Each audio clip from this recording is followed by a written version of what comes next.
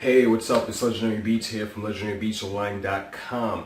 Today we're going to be talking about contracts between music artists and producers. We're going to get into some little technical things that artists should know about and that producers should know about. So let's get into it.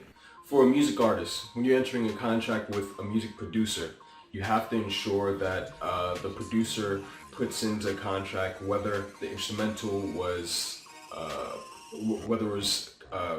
sampled, whether it was a custom instrumental, whether it was something that they created and it's not a sampled beat, and if it is a sampled beat, if they cleared the sampled beat. If they did not sample the beat, if they did not clear the sampled beat, then they need to place that into the contract to let you know, so that you know what it is that you are covered for, what you're responsible for. Also, you have to check about things about what is the royalty split. Are you going to get, is it half-half, is it 50-50, is it 10%, whatever it is, which organization are they set up with? You have to get all those things so that way the royalties are tracked, and that way you get your cut, and when you register it also the producer gets his cut. You have to also consider whatever price you agreed upon.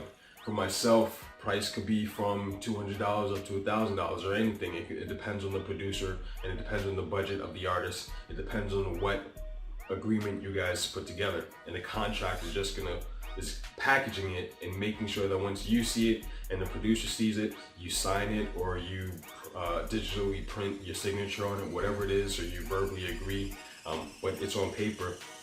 That's what, at least if something goes wrong, you could push to the farthest extent of the law with that. So now pushing to more details about this, a producer should also place in there how long or how many tracks you can sell before you have to come back to the producer to renew your lease. So in most non-exclusive purchases of instrumentals or beats, usually the producer will place in a clause in the contract that states that the artist has to come back to the producer after 2,000 copies of the original track is sold, or it could be 5,000 tracks, whatever the number may be. It depends on what the producer had placed in there. So now the responsibility on the artist would be that you have to go back to the producer to renew the license. Then you get a whole new contract, and then you have to check that contract again to see if it's the same. Now, most upcoming artists don't sell 2,000 copies of their track, but you may be an artist who has that type of reach that level where you're selling that amount. So you have to take very good care of this, because a producer can now come back at you and say, hey, I've been tracking your stuff, I kind of heard some things about your music, and I see that you already passed the threshold of 2,000 copies sold on your recent track. You have to come back to me for an updated license, or I'm gonna have to push for cease and desist on you selling that music. So you have to think about these things, because there are some legal things that can be pushed to the boundaries if you don't follow through with the contract that is agreed upon. Other things maybe that can be placed in there would be the date of when the contract was made, the date that the purchase was made of the instrumental, things of that nature, and that kind of covers most of what it is. Also, you could put the producer should put into that contract whether you can use it for radio, regular performances, anything of that type of nature where it comes to you performing on that piece of art.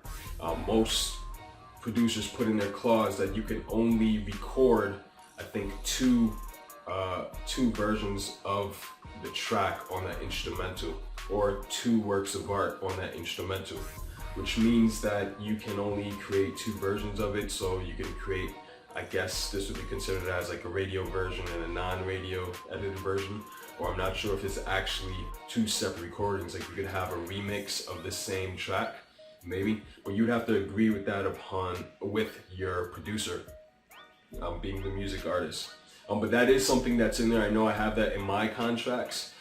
Actually, I should have reviewed mine real quick before doing this video, but I did not.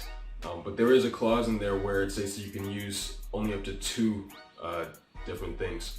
And as I said, also with performances, there's some that restricts it only to either radio or shows, or it allows all of them, or you can perform as much as you would like. Also, there's a difference between exclusive and non-exclusive. Exclusive contracts between a producer and a music artist is where the producer is allowing the artist to use this beat exclusively. It's the artist's beat, unless inside the exclusive contract there's some stipulations on that the producer still not owns, but their name has to be carried on with wherever the instrumental is being used. So you have to check that as well. And maybe sometimes there's some royalty splits as well, so you have to consider that. So with the exclusive contract, it means that you own the instrumental. Now, does this mean that you can resell the instrumental, or does this mean that you have full control over the instrumental? Yes and no. Sometimes in exclusive contracts, the producer can put a clause that states that you cannot resell the instrumental as just the instrumental itself, but you can resell your rework or your new work. Your new work, which would be considered as a new track that you made using the instrumental. So this kind of covers the producer in the sense that the artist can't go around selling the instrumental to other artists online or anywhere else. So that's kind of how it works. Pretty much you have to sell your finished track, and you can use it, sell up to millions and millions of copies of your finished track without any limitations. But you cannot sell the instrumental independently by itself. So you have to talk with your producer. You have to make sure that you understand those things that are set in place there, because that's one of the main differences between exclusive and non-exclusive. So non-exclusive is like, I can create the instrumental, I'm the producer, you're the artist. I create the instrumental and you buy a lease on that instrumental, but I could resell that instrumental to as many artists as I would like. But they all will have leases on the instrumental and can only sell based on limitations set in the contract. So if it's 2,000 copies that they can sell, then it's 2,000 copies that they can sell. If they have to give royalties, then they have to give royalties. So if I have 100 artists buy a lease on one instrumental, then they are all each individually have their own connection to the instrumental, in the sense that they're legally binded to it based on agreements that are inside the contract, which is the limitations on how much they can sell, the limitations on where they can perform, the limitations on how many versions of the track they can create using the instrumental. So that's what you have to make sure that you are aware of before you buy the instrumental and post it, and post a track online and start selling and doing all these things, because there are producers that will come at you and they will track what you're doing and come at you with legal forces. So you have to be sure to understand that. So we talked a little bit about the difference of non-exclusive and exclusive between the music artist and the producer, basically from the producer side to the artist. Now, as an artist, you can create your own contractual agreement with the producer. Ultimately, it will still be kind of like the non-exclusive exclusive, which is usually the producer doing this, but the artist can come if they are, mostly this will happen if they're an indie label. So if you're an artist and you are the owner of the indie label, or you are part of an indie label or a major label, you'll come forth with an agreement. So there's agreements where the artist will come to the producer and say, hey, this is what I want, and this is what you're gonna get out of it if you do this. It's kind of the same as a non-exclusive and exclusive. It have pretty much the same things. It might be a bit more detailed than how the producer would place it. But ultimately, in many cases, it will be the producer doing that, because now, since there's so many producers, there's many artists who just go to producers' websites and purchase their instrumentals directly, get a copy of the leasing agreement, and then that's it. If they have any questions, they can email back and forth. Instead of the artist now creating the contract that they mostly don't know much about, and then forwarding it to the producer and say, hey, this is what I want, and then vice versa.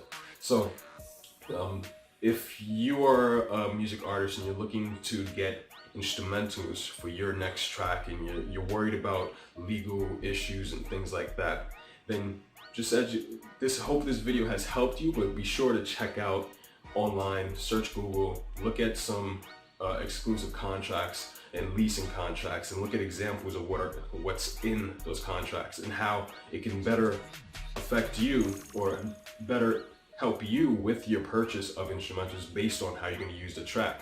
So it's best to talk to producers first before you purchase from them. That way you build a better relationship with them. They know who you are now, instead of you just being someone who just landed on their page and just purchased. You're now a person who they've spoken to, maybe video chatted with, and now you have kind of a personal connection. And they're more inclined to work with you and build around your needs. That's what producers are usually here for. They're supposed to be here to take your ideas and bring it to life with our skills and with our practices. So we make instrumentals that help you bring out your music. Without our beats, your track isn't a track. Without your vocals and your lyrics, the beat is just a beat. So it kind of works together, and you need both sides in order for it to be a full package. So make sure you talk to your producers, or look online, do your research first, and ask your producer what type of contracts are they're pushing out or on each instrumental that's purchased, and what type of limitations do you have and things like that. Most times producers will have available a copy of their licenses, leasing licenses or exclusive contract licenses, for you to download and for you to review. And then if you have any questions, you just ask. So I hope all this information has helped you out. I know over the years, since 2007, I had to change my contract up a little bit based on legal issues, based on examples I see other people are doing, based on things that are happening in the music industry. So contracts aren't to be scared. You're not supposed to be scared about them. It's supposed to protect you and the other party who is in that contract with you. So that way, if anything happens, you can now go and say, no, this is what we agreed upon, and I'm gonna have to do this if you don't do this, because legally you can do that. Then the producer could say, oh, this is what we agreed upon. If you don't stop doing this, or if you don't do this, I will have to do this. And now you have legally on paper, you could go get a lawyer, you could do whatever, you could take the person to court, sue, or you could not scare, but you can say, this is what we agreed upon. That's what pretty much contracts are for. The sooner you understand that, the more you understand that, is the easier that your choices on instrumentals would be, your choices on producers would be, and your music career would start growing in a better direction, because your foundation is built good, in the sense that now you're protected legally, you know what you're about, you know that your tracks that you're making have started on the right foot. Alright, so this is Legendary Beatz here from legendarybeatsonline.com. Please comment below if you like this video, or if you have any questions, and also hit that like button. I would love to talk about more topics like this if it helps you, and you can leave that in the comments below. Also subscribe so you can get more videos like this, and it will come in a notification in your email, or you'll see it on your YouTube page, or notifications. So I appreciate it. Again, this is Legendary Beatz from legendarybeats.com, legendarybeatsonline.com. I forgot. All right, and I'm out. Peace.